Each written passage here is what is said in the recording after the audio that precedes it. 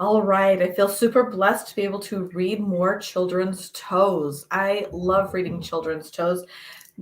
Toe reading was a skill that helped me so much as a parent.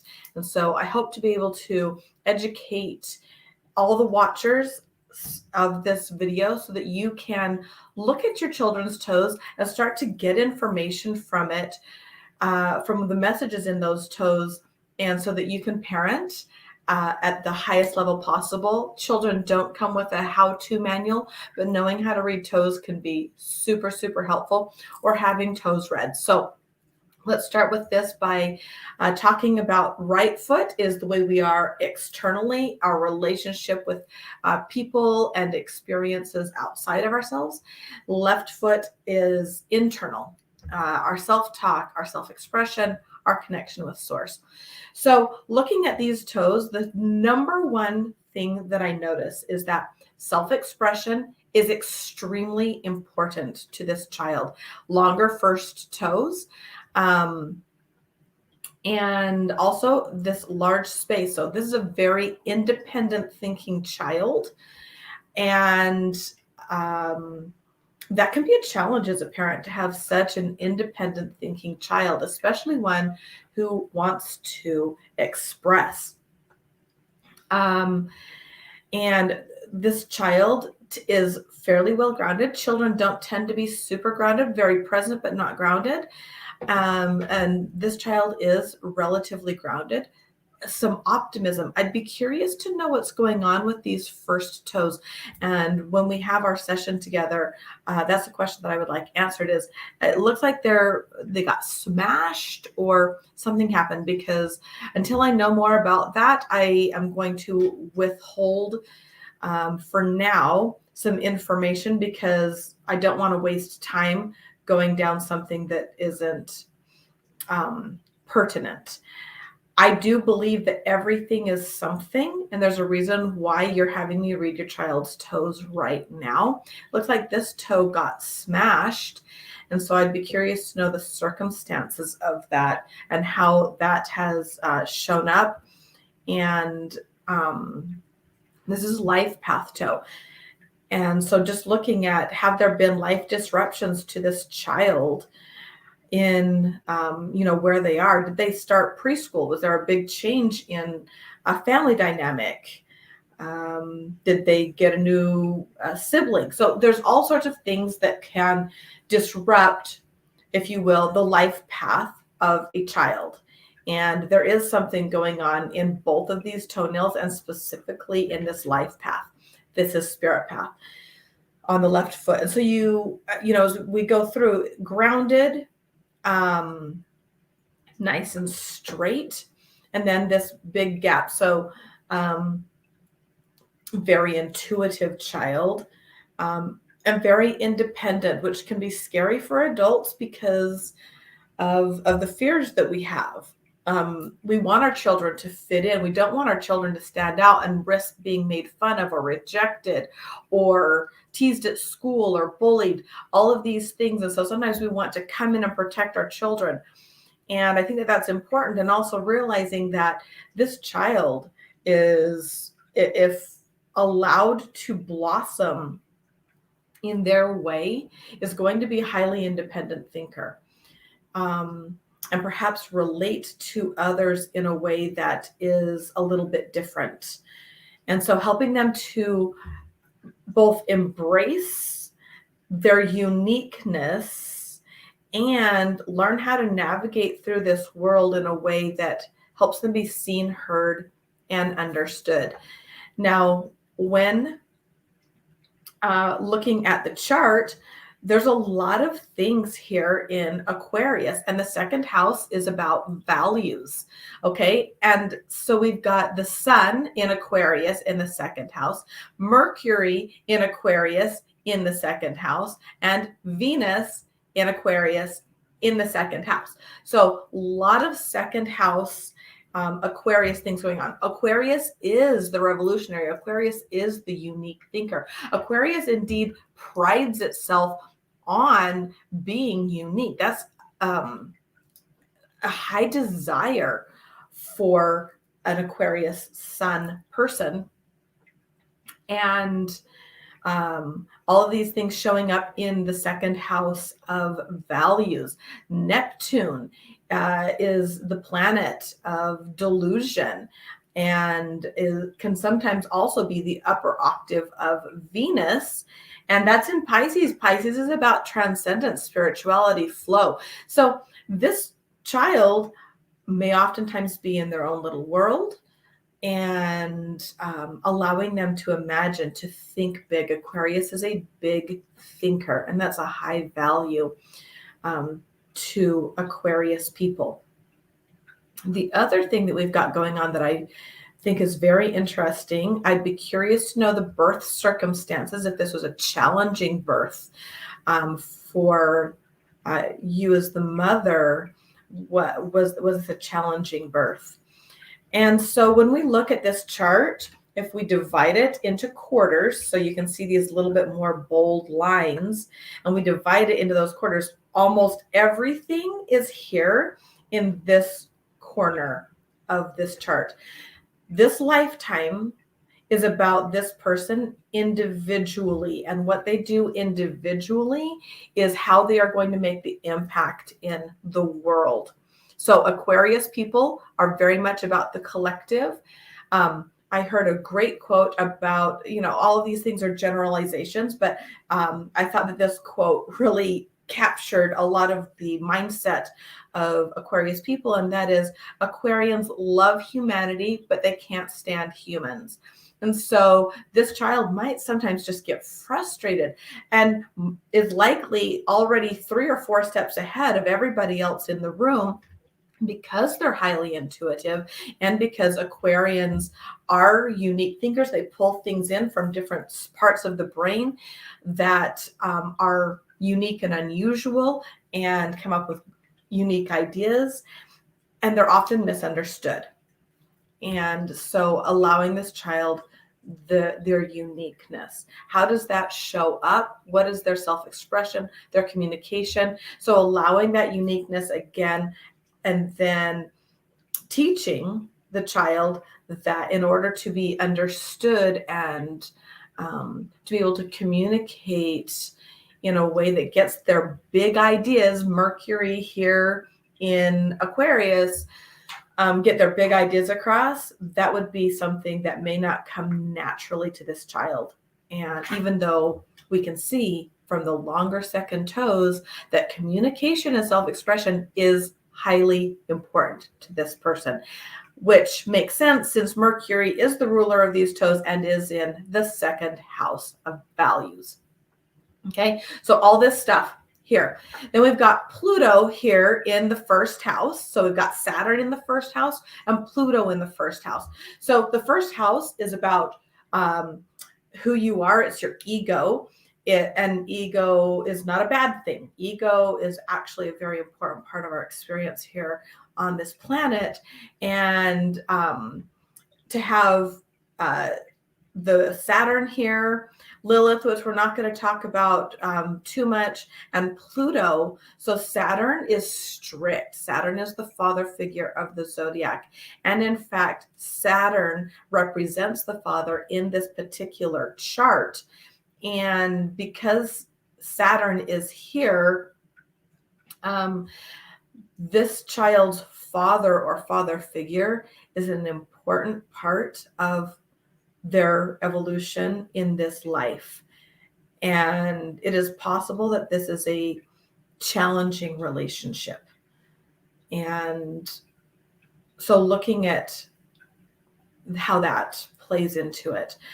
Saturn, the planet, is strict because Saturn desires success for you. He is strict so that we can be successful. And then we have Pluto, who is the distiller, the alchemizer, the eliminator, also here in the first house.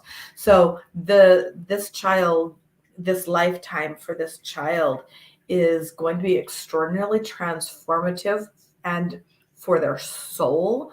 And that soul excavation, that soul transformation is going to be how they create change. Change is important to Aquarians in the world. With the Venus here in Aquarius, also the ability to exchange ideas, to connect at an intellectual level is a very important thing for this child, and it may show up in very unique ways. Now, the card that I drew intuitively for this child is the bison. And this is from the Spirit of the Animals Oracle by Jody Bergsma, and I'll have that in the description. So the bison represents abundance. Sacred buffalo, cloak me in your wisdom. Keep me warm through the storms of life. Fill my life with goodness. Teach me the way of gratitude and prayer. And then I'll read from the guidebook here. Some of the words for the buffalo: indomitable spirit, endurance, survival, strength, abundance, prosperity, prayer. Now, indomitable spirit, this child certainly has a indomitable spirit. To have this showing up in the first house in Capricorn on their chart, they are definitely here to transcend and overcome and achieve the soul evolution. And then these values here in the second house of communication, of uniqueness in self, and of connection through ideas is also an important part of this person's chart. The other thing that's coming to me right now is their Chiron is in Pisces. Chiron is the wounded healer. We can talk more about this on the call, but Chiron is the wounded healer in Greek mythology. Chiron has wounds that he can never heal, but he knows how it feels to have those wounds, so he heals others. There are some Pisces is a very spiritual sign. It is the sign of transcendence in the zodiac. And to have your Chiron in Pisces, there are some spiritual wounds that can be transcended. And this child has the ability to heal, even now, spiritual wounds, generational wounds. Okay, reading from this book here. The North American bison, often called buffalo, was the ruler of the American plains. Bison represented the abundant life, the will to survive, and the ability to adapt. Native Americans relied on them for the blessings of ample food, shelter, and warmth. They considered all bisons sacred. If bison comes to you, it signifies that you are walking in harmony with Mother Earth. I love this because of the groundedness of these toes that we talked about already. Call upon buffalo for guidance, and you will feel a great force rising within you. You can align with a surge from nature that will empower you. The white buffalo was most sacred of all. She brought the peace pipe and visible prayer to the people. If you are a bison person, you will feel called to connect to the Great Spirit in prayer. This is where we have the very dreamy and spiritual sign of Neptune and the wound of Chiron, both here in the house, or I'm sorry, in the zodiac sign of Pisces. From this deeper place, all blessings and gifts will flow. Bison invites you to discover your own sacred way, your own way. That's very Aquarian. Create your own ceremonies and write your own prayers. This is very spiritual, that has a lot to do with that Chiron and Pisces. The great mystery is right beside you. Just open the door and walk through. White buffalo is waiting. Some of the shadow sides can be: have you forgotten to be thankful for all of your blessings? Have you lost connection to the earth? Have you forgotten how to pray and connect to the Great Spirit? And then the invitation to be grateful and return to prayer. So again, the white bison as a spirit guide, feel into if this is a lifetime guide or if this is a now guide. And I'll look forward to chatting more with you when we have our one-on-one. Okay, when we look at the different, teaching this child to trust their instincts. If you notice at some point challenges in learning or inability to maintain eye contact or an inability to connect in some way or extreme self-soothing, you may want to have this beautiful starseed crystal child tested for autism or other things like that. Sometimes highly independent first toes can be a sign of high independence and or a bit of a disconnection. And I'm seeing a really wide gap right here. And so if there seems to be a disconnection in some way from humanity, from connecting with people, I would invite you to get that checked out. With these second toes so long, again, self-expression and communication is very, very, very important. Now I want you to look at the difference between these left 4 toes and these right 4 toes. If you notice on the left side, I can see the nail very well. It shows up. There's a relative straightness to the toes. We'll talk about these trust and prosperity toes, as opposed to the right side where they're clawed a little bit. And my guess is that if you went to touch these toes on the right side, they would be much stiffer than they are on the left side. That's because there's blocked energy in these toes. There's a feeling of pessimism and hopelessness in these toes. So how might this present? Well, it could be feeling blocked and like they cannot self-express for whatever reason, whether that's the container that they've put themselves in or that they've been put in through family and other cultural units. It could be because they don't know how to express in a way that feels aligned or in a way that they feel understood. Almost a giving up energy is what I'm feeling. They may see, hear, experience, and think things that they don't feel are socially acceptable. And so taking this child's toes and just rubbing them gently and pushing down on that second knuckle while you release that top part could be very beneficial, all while asking questions of the toes. For example, what is this toe communicating? What is here to be communicated? What kind of self-expression is wanting to be exhibited here? And then we look at this action toe, kind of the same thing. And this action toe, if you look, is really bending into the communication toe.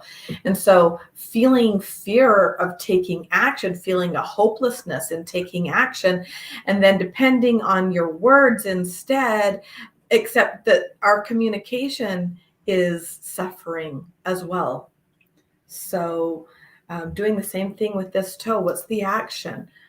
What's the aligned action? And as a parent, you can do this. As a parent of a young child, you have the responsibility to guide and receive inspiration for your child from source as they learn how to understand their own connection with source. This child is very connected to source. And so helping hone that inherent skill. We look at the relationship toes, okay? So in this child's mind, like if they were just alone, they would really be pretty fine. There's not a lot of blocked energy. These toes are nice and straight. There's some blocked energy. This is largely generational in this fourth toe, look at this toe here, leaning into action. All of these toes are just like leaning into each other to the strength of communication. And yet there's something going on with the communication with this child. Are there secrets that this child is keeping? Has this child not been believed?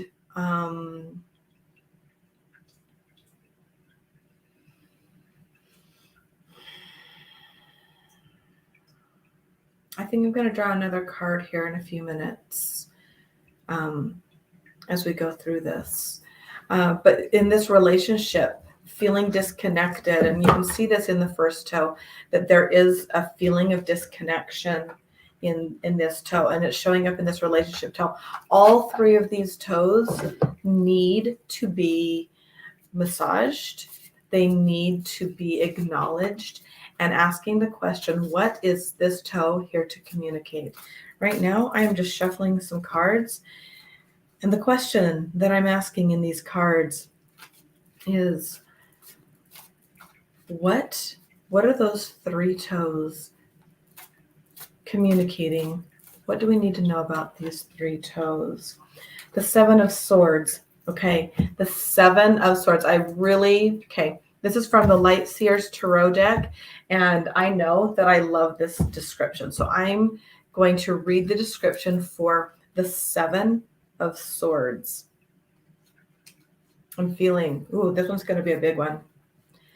Light Seer, deception or betrayal, taking only what's needed, the universe bearing witness to true intentions, getting away with something, being strategic, being grateful for the resources you have. That one ties right in with the bison.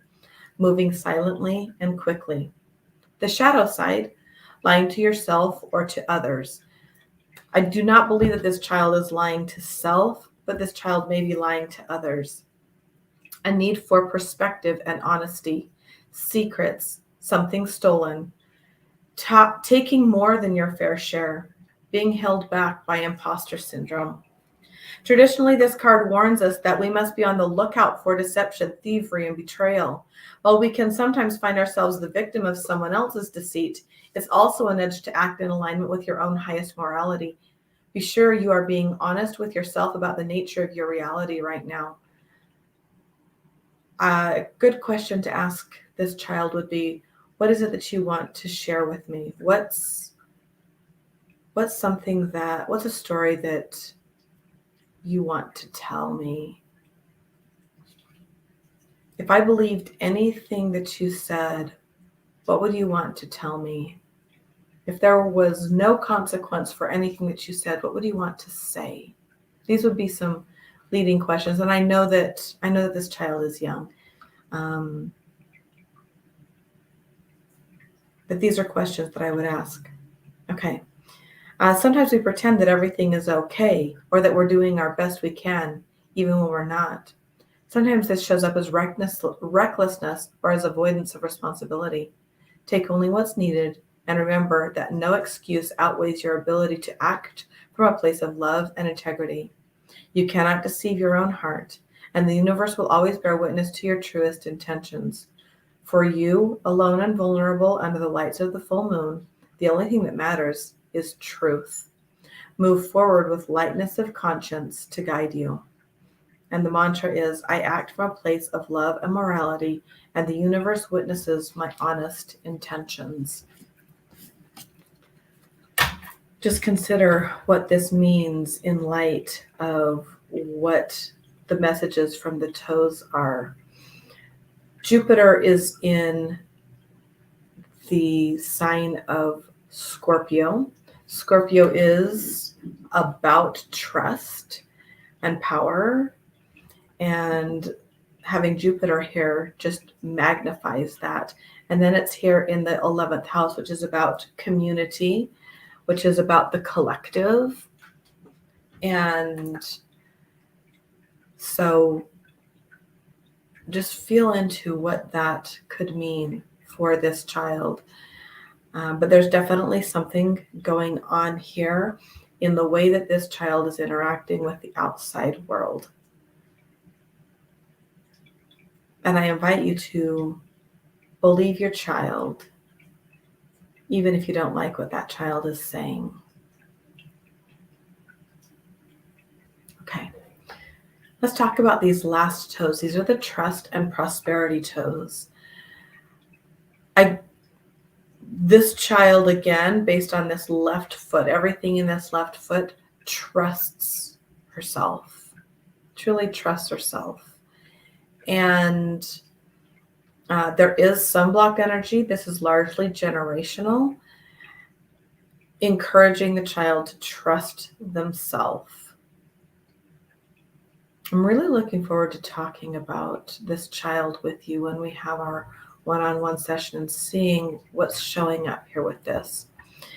And then if we look at the difference here with the right toe, this toe is completely curled under. So just look at the curling under of this, all leaning on this high value again of communication expression. And yet there's a deviation here there's a lack of alignment here going on.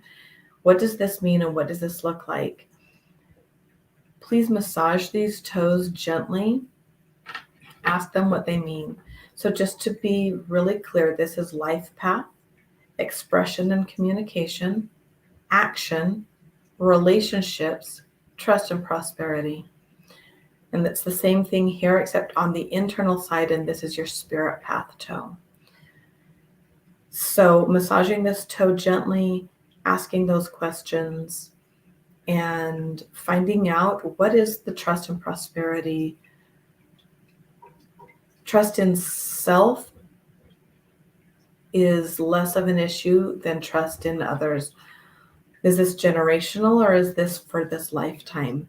That there is a high lack of trust. Has something happened relatively recently that would cause this child to feel like they cannot trust?